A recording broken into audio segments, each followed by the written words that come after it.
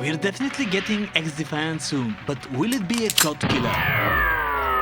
Let's dive in and see what we got on our hands. First off, this is my humble opinion, based on what limited playtime I had during the open beta of Xdefiant, combined with my recent disgust of what Activision is doing with Call of Duty. So take it with a grain of salt and go test the game for yourselves. I'm almost certain it's going to be a good game, but you should try it out and get your own thoughts on it. Or if you already have, share what you think about Xdefiant in the comment section below. I'd love to hear what sides of the game you have uncovered. But is it gonna be the so-called CoD Killer? Well, no. And for a few good reasons. The first one being you. Wait, that sounded wrong. Me?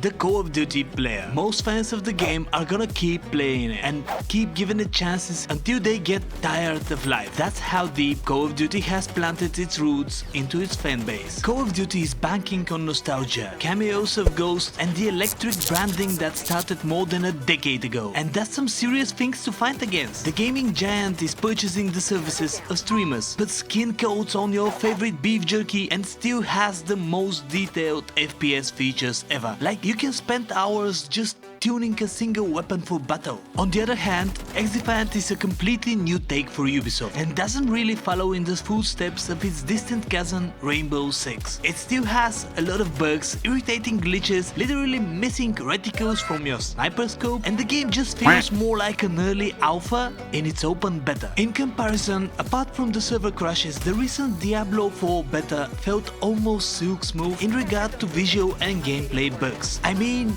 just look at me trying to get my ADS sensitivity right. It's a friggin' hell! But it will have the chance to be a great game if the right choices are made by the devs, and if they copy-paste the right stuff from other successful titles, this game can get quite good. But it will just build its own player base rather than kill Call of Duty. In fact, I see some people switching to it, especially the sweats, but I also see them returning to or simultaneously playing Call of Duty as well. And speaking of copy-pasting, it's clear that they went for Call of Duty's attachment system, Apex Legends' graphic style, and what feels like Overwatch hero abilities. But why not implement already tested and proven mechanics, like the old school Call of Duty movement? Because right now the game has a slide and a slide cancel, but it looks like they just cut it out without smoothing out the edges, if that makes any sense, of course. And this guy's shield is just a reset skill from Overwatch.